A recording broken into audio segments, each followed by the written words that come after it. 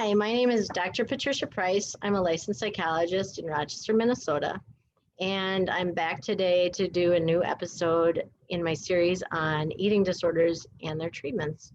Today's topic will be focused on why eating disorders are notoriously difficult to overcome and notoriously difficult to treat.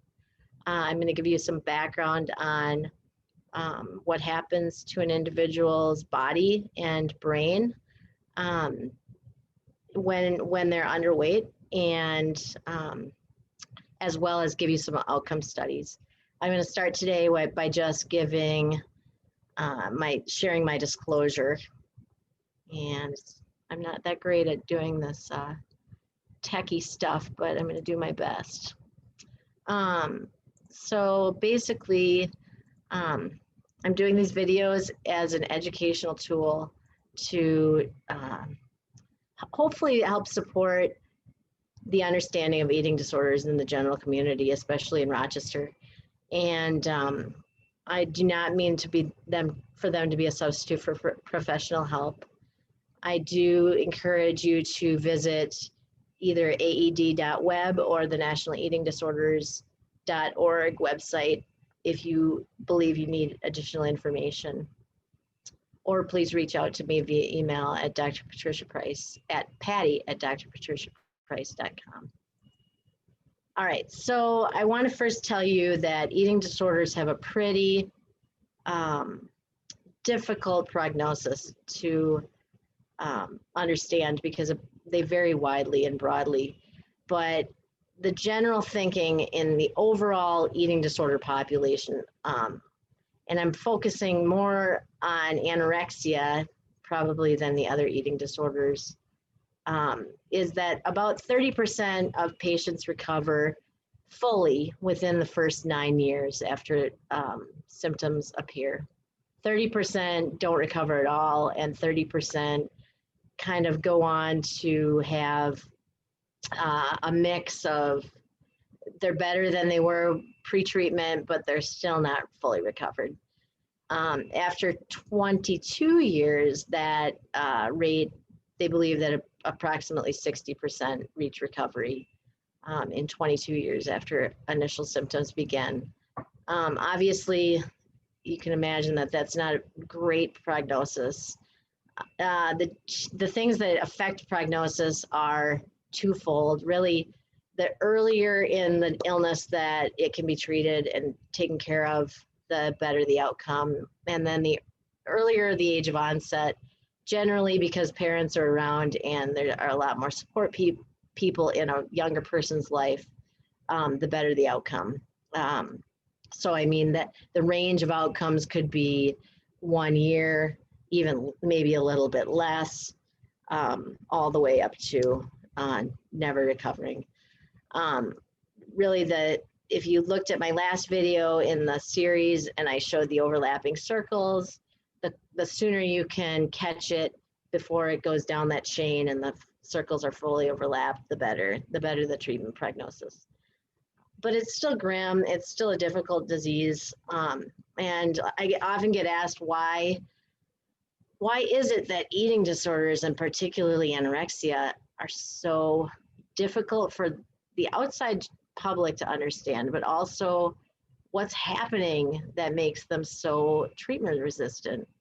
And I think what people often forget is when weight loss happens and we hear about weight loss, we often hear about weight loss in a person who was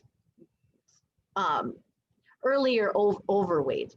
And when we're talking about weight loss in an anorexia patient, we're generally talking about weight loss that happens from a healthy weight.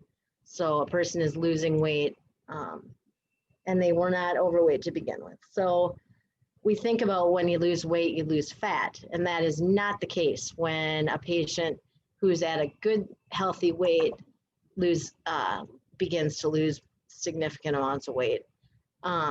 The first thing that I think people forget when they're dealing with an anorexia patient is that if outside calories are not sufficient, the body cannot just stop pumping blood and stop moving in a day to make up for that outside deficiency. So it will figure out a way to find calories. And the way it does that is by finding calories from the body itself. And if someone doesn't already have significant fat stores, it's not going to come from fat alone.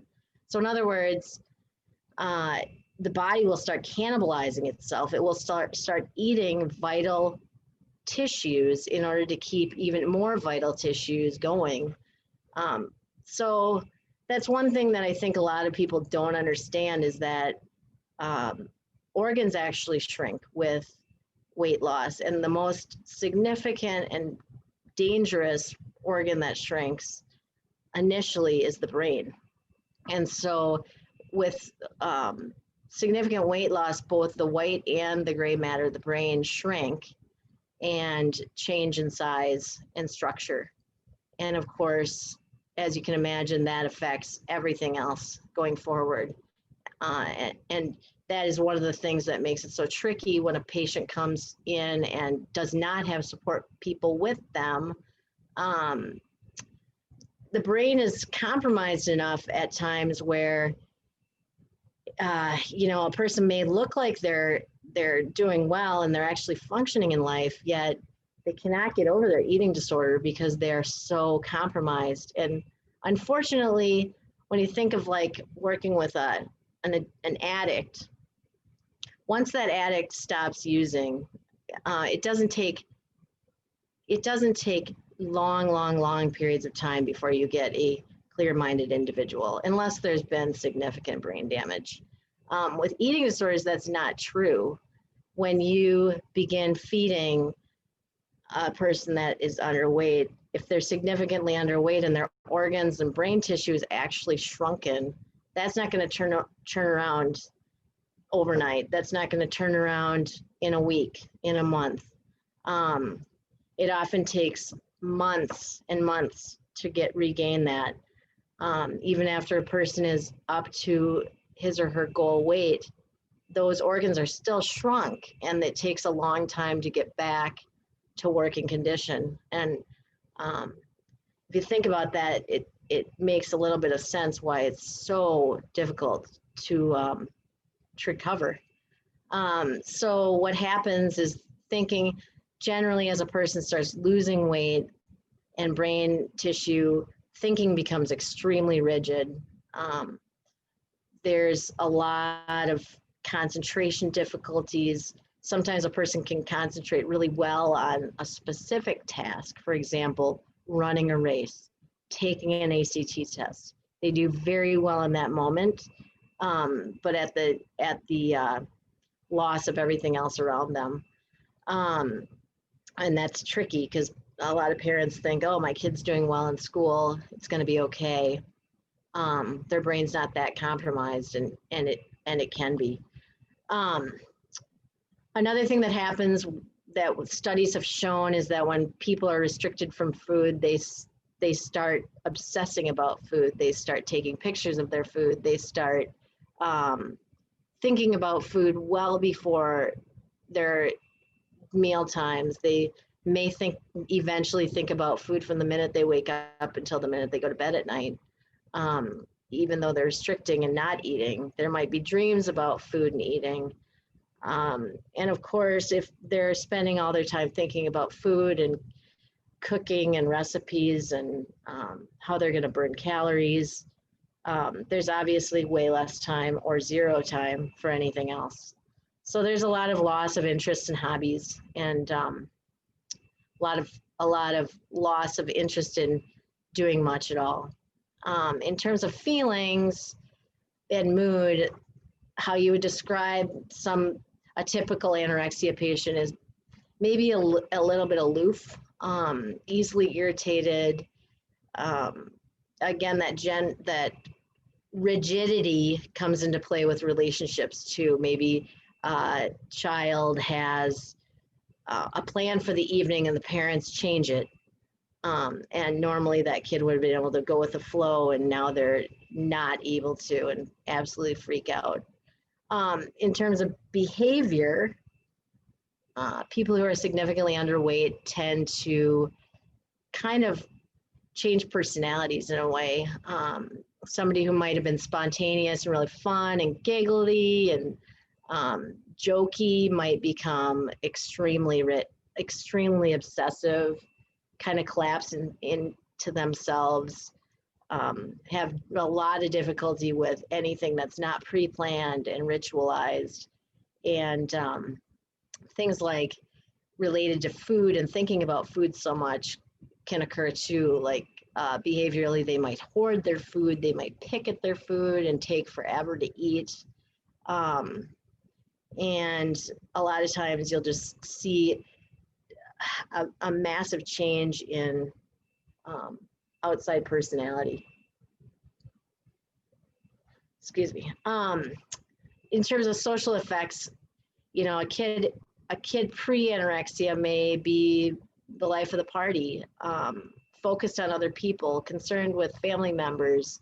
What losing weight and losing significant weight under their normal weight can do is it kind of focuses attention on themselves, inward focus. They become socially withdrawn. They stop thinking about what others' concerns are, and they need a lot of predictability and routine. Physical effects, obviously, they appear thinner, and we already talked about having less brain tissue. But part of the scary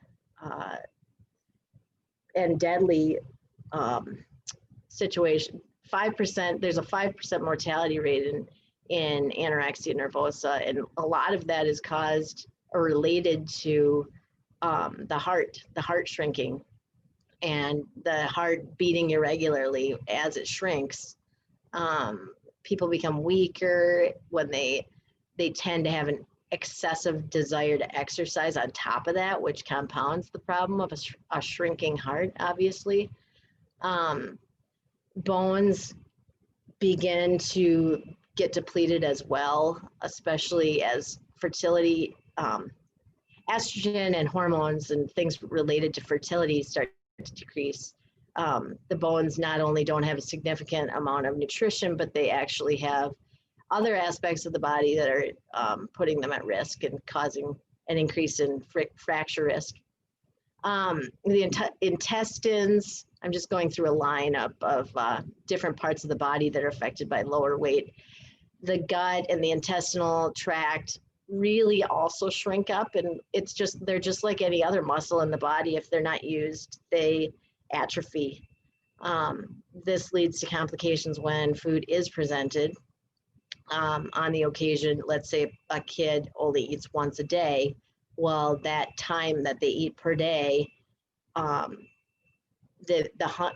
pain in their abdomen is prominent, and they often complain about stomach pains and go through GI, go to GI doctors and get a workup because they are feeling so much pain in their abdomen when it's really just being caused by atrophying of their intestinal tract. Muscles begin to waste in all parts of the body. There might be some hair loss on the head and dry skin, as well as there might actually be an increase in what's called lanugo, which is kind of like a downy fur on the skin in all areas of the skin, which it's really, it comes about as weight is lost, temperature changes happen in the body, and the lanugo is actually grown in order to maintain temperature.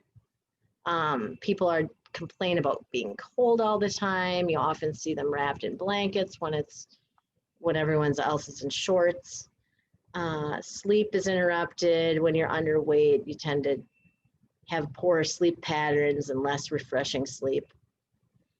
And really, hopefully that explains a lot about what's going on in a person who has an eating disorder, particularly in anorexia. And I talk about anorexia because, as we know, anorexia is often the trigger for the other eating disorders, or some level of restriction is often the trigger for other eating disorders.